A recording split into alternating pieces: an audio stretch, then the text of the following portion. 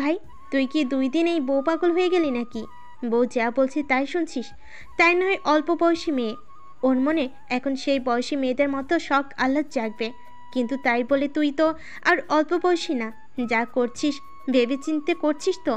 তাই যদি এখন স্বাধীন কলেজ লেখাপড়ার পিছনে ছুটে, তাহলে আমার বাবাকে কে দেখবে? এই সংসারকে কে দেখবে? তারিন এবার মুখ খোলার জন্য প্রস্তুত হলো। তার আগেই তামচিৎ বলে উঠল, আপা, তোমার কি তারিনের পড়ালেখা করা নিয়ে আপত্তি আছে? তানহা ঝটফট উত্তর দিল। হ্যাঁ আছে। তামচিৎ পাল্টা প্রশ্ন করল। কেন? তানহা চোখ গরম করে তামচিদের দিকে তাকালো, বলল, কেন বুঝতে পারছিস না? তামচিৎ বেশ শান্ত স্বরে উত্তর দিল, না, বুঝতে পারছি না। তুমিও একটা মেয়ে, তারিনও একটা মেয়ে। তুমি এ বাড়ির বউ, তারিনও সেম। তুমি নিজে বিয়ের পর পড়ালেখা চাকরি সব করতে পেরেছো, অথচ দেখো আমার বউয়ের বেলায় তোমার ভিন্ন মতামত। কেন আপা? তানহা আগের ন্যায় গরম চোখে তাকালো তামচিদের দিকে, উচ্চ বাক্যে বলে উঠল, তুই আমাকে প্রশ্ন করছিস? আমার সাথে নিজের বউয়ের তুলনা করছিস? হ্যাঁ, আমি বিয়ের পর পড়ালেখার চাকরি দুটোই করেছি। ঘরে এবং বাইরের 2 জায়গায় মানিয়ে নিতে পেরেছিলাম, কারণ আমার সংসারে আমার শাশুড়ি মা আছেন। কিন্তু এই সংসারে আমার মা নেই, তারিনের শাশুড়ি নেই। আমার বয়সের সাথেও তারিনের বয়সের গ্যাপটাও অনেক বেশি। কি করে পারবি ও? তামচিদ কিছু বলে ওঠার আগে এবার তারিন মুখ খুলল। বেশ দৃঢ় কণ্ঠে বলল, আমার বয়স কম, আমার শাশুড়ি নেই, এসব এক্সকিউজকে আমি আমার স্বপ্নের পথে বাধা মনে করি না আপু। আমি সংসার সামলে লেখাপড়া কন্টিনিউ করতে পারবো। তানহা উচ্চ স্বরে বলল। মুখে যা বলা সহজ, কাজ করে দেখানো বেশ কঠিন। তারিন পাল্টা উত্তর দিল, আমি মুখে বলছি না, সময় দিন, কাজও করে দেখাবো ইনশাল্লাহ। তানহা এবার বেশ কঠিন স্বরে বলল, বেয়াদবের মতো বড়দের মুখে মুখে কথা বলছো কেন? বড়দের কি করে সম্মান করতে হয় জানো না? তারিনও বেশ শান্ত হয়ে গুছিয়ে বলল, শুধু বড়দের না, আমি ছোট বড় নির্বিশেষে সব মানুষকে সম্মান করতে জানি আপু। সম্মানটা বয়স দেখে নয়, আচরণ দেখে করতে হয়। যে সম্মানের যোগ্য তাকেই সম্মান করা উচিত। তানহার চোখ বড় বড় হয়ে গেল। বসা থেকে উঠে দাঁড়ালো। উত্তেজিত স্বরে তামচিদের উদ্দেশ্যে বলল, তোর বউকে চুপ থাকতে বল। আমার সাথে কোন সাহসে ও এভাবে কথা বলছে? তামচিদও শান্ত স্বরে বলল, আপা, ও তো ভুল কিছু বলেনি। তুমি একজন শিক্ষিত মানুষ হয়ে কিভাবে এমন অশিক্ষিতের মতো আপত্তি করছো? তুমি তো আমার বড় আপা, তার মানে তারিনেরও আপা। তুমি বললে না তারিন তোমার থেকে বয়সে বেশ ছোট? তাহলে তো তোমার উচিত তারিনকে বোনের মতো আগলে রাখা, ওর পাশে থাকা, সাহস দেয়া। তা না করে তুমি এইটুকু মেয়েকে থামিয়ে দেওয়ার চেষ্টায় মত্ত হয়ে উঠেছো। তানহা এবার চুপ করে গেল। একবার আর চোখে তারিনের দিকে তাকালো। মেয়েটার চোখে মুখে আলাদা একটা মায়া আছে।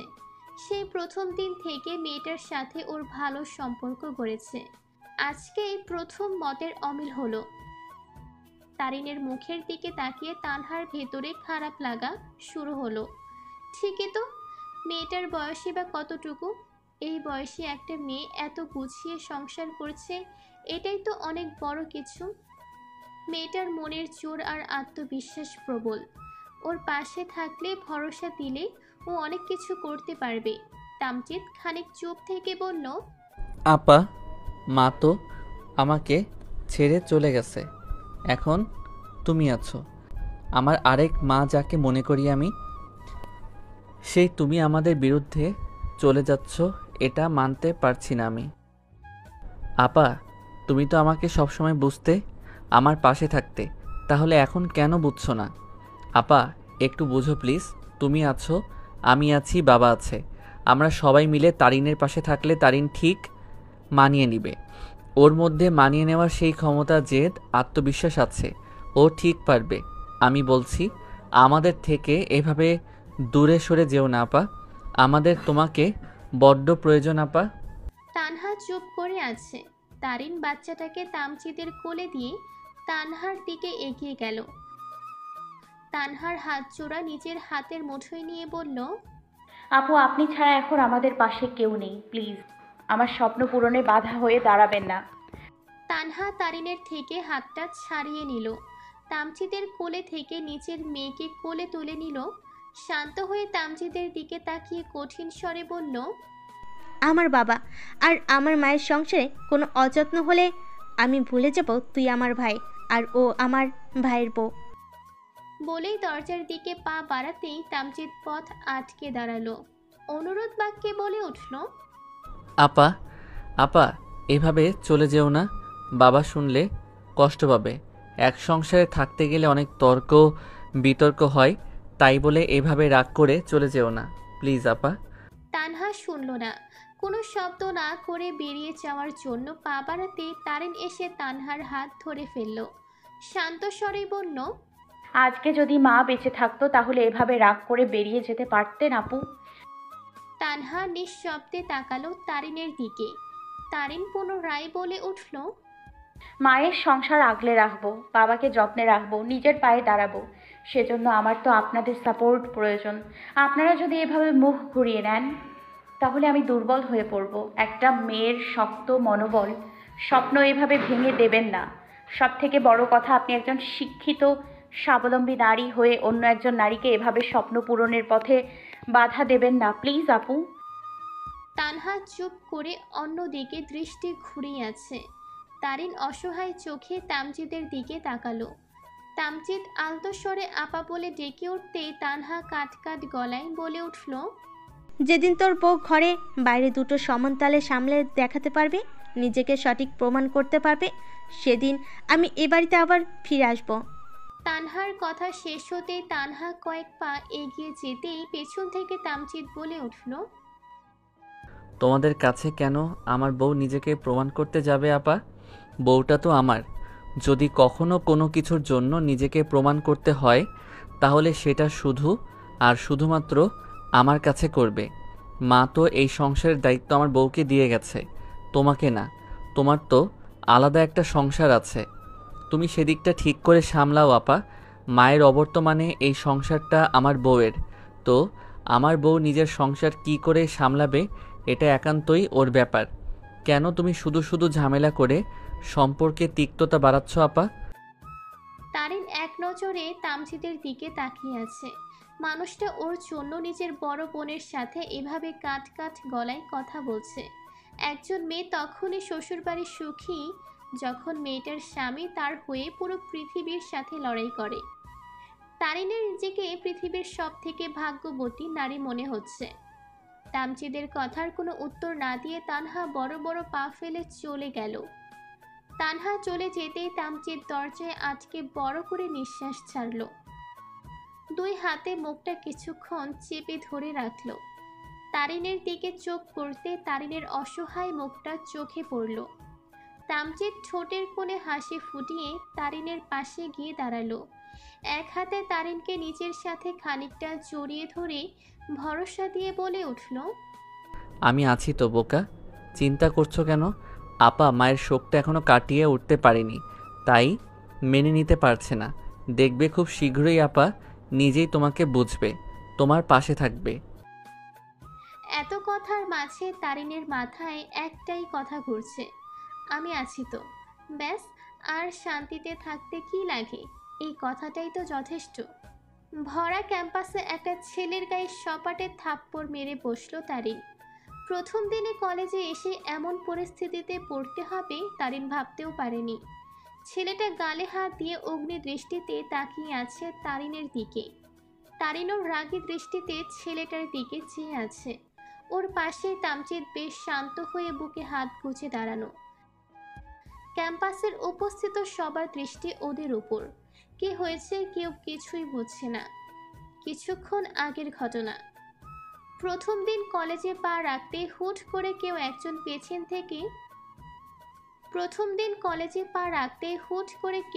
পেছন থেকে তারিনের বেনুনি টেনে ধরতেই তারিন ব্যথায় খানিকটা কুপিয়ে উঠল। পেছন ফিরে দেখল কয়েকটা ছেলে একজোট হয়ে দাঁড়িয়ে আছে। তাদের দেখে তারিন মনে মনে বেশ ঘাবড়ে গেলেও মুখ স্পষ্ট রাগে ফুটে উঠল। ছেলেগুলোর মুখ রয়েছে হাসি। তারিন সোজাসাপটা কঠিন স্বরে প্রশ্ন করলো, কারা আপনারা? আমার বেনুনি ধরে এভাবে টান দিলেন কেন? ছেলেগুলোর মাঝে একজন বেশ হাস্যজ্জ্বল স্বরে বলে উঠল, আমাদের চেনো না মামুনি? তাহলে চলো একটু চিনিয়ে দেই। আপনাদের চেনার মতো সময় বা রুচি কোনোটাই আমার নেই। একবার অসভ্যতামি করেছেন, আমি কিছু বললাম না। দ্বিতীয়বার ভুলেও একই কাজ করলে বুঝবেন আমি কে। বলেই তারিনের সামনের দিকে হাঁটা ধরতেই পেছন থেকে একজন বলে উঠল, আরে আরে কোথায় যাচ্ছ? আমরা তো তোমাকে চিনতে চাই বেবি। তোমার ওই নরম হাতের ছোঁয়া পেতে চাই। তারিনের পা জোড়া থেমে গেল। ছেলেগুলোর চাহনি আর কথা বলার ভঙ্গি দেখে রাগে শরীর রি রি করে উঠল। কিন্তু প্রথম দিন কোনো প্রকার ঝামেলায় জড়াতে চায় না বলে তারিন চুপ রইল। দীর্ঘশ্বাস ফেলে নিজের রাগ নিয়ন্ত্রণ করার চেষ্টা করল। কি হচ্ছে এখানে? হুট করে চেনা কণ্ঠস্বর পেতেই তারিন পেছনে ঘুরে তাকালো। তামজিদকে দেখেই মুখে হাসি ফুটল। তারিন আর তামজিদ দুজনেই একসাথে এসেছিল। তারিনকে নামিয়ে দিয়ে তামজিদ গাড়ি পার্কিং করতে গিয়েছিল। তামজিদ গাড়ি পার্কিং করার সময় দূর থেকে সবটাই খেয়াল করেছে। তামজিদকে দেখে ছেলেগুলো ভয় পেল খানিকটা। আমতা আমতা করে একজন বলে উঠল, আসসালামু আলাইকুম স্যার, ভালো আছেন? তামজিদও বেশ শান্ত স্বরে জবাব দিল, ওয়া আলাইকুম আসসালাম, আলহামদুলিল্লাহ। তা তোমরা এখানে কি করছো? ছেলেগুলো কিছু বলার আগে তারিন এগিয়ে এসে বলল, আমি বলছি মাস্টার মশাই, এখানে কি হয়েছিল? তারিনের মুখে মাস্টার মশাই শব্দটা শুনে ছেলেগুলো একটু অবাক হলো বটে। সচরাচর সবাই স্যার শব্দটা ব্যবহার করে। তারিন অন্যরকমভাবে সম্বোধন করলো। তামজিদ তারিনের দিকে তাকিয়ে কঠিন স্বরে বলল, আমি আপনার কাছে থেকে শুনতে চাইনি, আপনি এখানে চুপচাপ দাঁড়ান। তারপর ছেলেগুলোর দিকে তাকিয়ে বলল, তোমরা চুপ করে আছো কেন বলো? এখানে সবাই মিলে দল বানিয়ে কি করছিলে? আর এই মেয়েটার সাথে কি সম্পর্ক তোমাদের? ছেলেগুলোর মধ্যে একজন আমতা আমতা করে বলল, কোনো সম্পর্ক নেই স্যার। মেয়েটা নতুন আমাদের কলেজে, ক্লাসরুম খুঁজে পাচ্ছিল না, তাই আমরা হেল্প করছিলাম, এ আর কি। বলেই সবাই মাথা নাড়িয়ে মেকি হাসল। তারিন এবার আর চুপ করে দাঁড়িয়ে থাকতে পারল না। গর্জে উঠে কিছু বলার আগেই তামজিদ হাতের ইশারায় থামিয়ে দিল। ছেলেগুলোর দিকে তাকিয়ে মিষ্টি করে হেসে বলল, বাহ, বেশ ভালো কাজ করেছো তো। তা ভালো কাজ করলে তো পুরস্কার প্রাপ্য, তাই না বলো? তোমাদেরও তো একটা পুরস্কার দেওয়া উচিত। কি পুরস্কার দেই বলো তো? বলেই থুতনিতে হাত বুলিয়ে ভাবতে লাগলো। ছেলেগুলোর মধ্যে একজন হেসে হেসে গর্বের সুরে বলে উঠল, আরে স্যার, কিছু লাগবে না, আমরা এখন আসি স্যার। বলেই সবাই মিলে চলে যাওয়ার জন্য পা বাড়ালো। এর মধ্যেই তামজিদ পেছন থেকে ডেকে বলল, আরে আরে কোথায় যাচ্ছ, দাঁড়াও। বলেই তামজিদ তারিনের পাশে গিয়ে দাঁড়ালো। নিচু স্বরে বলে উঠল, এই তুমি প্রতিবাদী? কেউ তোমাকে অসম্মান করলো আর তুমি প্রতিবাদ না করে চলে যাচ্ছ? ভয় পাচ্ছ? তারিন মাথা দুই দিকে নাড়ালো, অর্থাৎ না। তামজিদ পুনরায় ফিসফিস করে বলে উঠল, তাহলে ওদের পুরস্কারটা তুমি নিজের হাতে দাও। আবার বলো না কি পুরস্কার দিবে। আশা করি তুমি সেটা জানো, রাইট? তারিনের ছোট দয়ে হাসি ফুটল। মাথা নাড়ালো, মানে হ্যাঁ।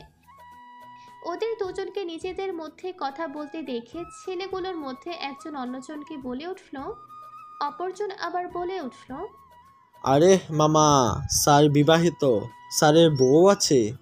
তামজিদ ওদের কথার মাঝে সুন্দর করে হেসে বলে উঠল। বয়েস, পুরস্কার নেওয়ার জন্য রেডি তো? তামজিদের কথা শুনেই ছেলেগুলোর মুখ কালো হয়ে গেল। তামজিদ যে ভালো উদ্দেশ্যে কথাটা বলছে না তা বেশ বুঝতে পারছে। তাই একজন আমতা আমতা করে বলল, স্যার আমাদের ক্লাসে দেরি হয়ে যাচ্ছে, এখন আসি, আসসালামু আলাইকুম। বলেই পা বাড়াতেই তারিন এসে পথ আটকে সামনে দাঁড়ালো। মিষ্টি হেসে বলল, আরে চলে যাচ্ছেন যে? আমাকে চিনবেন না? আমার নামটাই তো এখনো জানলেন না, চিনবেন কি করে বলুন তো? তারপর ছেলেগুলোর উদ্দেশ্যে বলে উঠল, শুনুন আপনারা সবাই, আমার নাম তুবাইতা তারিন। আমি এই কলেজের ইন্টার ফার্স্ট ইয়ারের ছাত্রী। আর এই যে আমার বলেই তামজিদের দিকে তাকাতেই তামজিদ ইশারায় কিছু নিষেধ করতেই তারিন থেমে গেল। প্রসঙ্গ পাল্টে বলল, আমার নরম হাতের ছোঁয়া পেতে চান তাই না?